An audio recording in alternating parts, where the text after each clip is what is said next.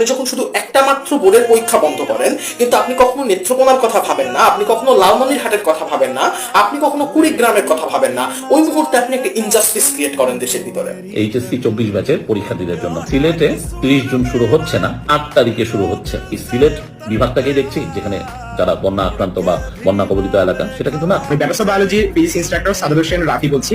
শিক্ষা মন্ত্রণালয় বা বোর্ডের কর্মকর্তাদের কাছে পৌঁছানো একটা মেসেজ পৌঁছানো যে পুরো দেশে সিলেট বাদেও আরো অনেকগুলো জেলা রয়েছে, আর অনেকগুলো বোর্ড রয়েছে যেখানে স্টুডেন্টদের বাড়িতে পানি এসে পড়েছে, পুরো এলাকাটা কিন্তু প্লাবিত হয়ে গেছে, স্টুডেন্টরা পড়াশোনা করার মতো কোনো অবস্থাতেই নাই, পরীক্ষা দেওয়ার মতো কোনো অবস্থাতে নাই। তো এই মেসেজটাই পৌঁছানো হচ্ছে আমার এই ভিডিওটার মূল উদ্দেশ্য।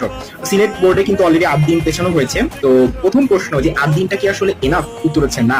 কারণ একটা বন্যা হয়তো 8 দিনের মধ্যে শেষ হতে পারে, কিন্তু বন্যার যে একটা ইফেক্ট, প্রত্যেকটা দুর্যোগ পরবর্তী একটা ইফেক্ট থাকে। ভূমিকম্পর যেমন দুর্যোগ পরবর্তী একটা ইফেক্ট থাকে, তারপরে হচ্ছে জলোচ্ছ্বাস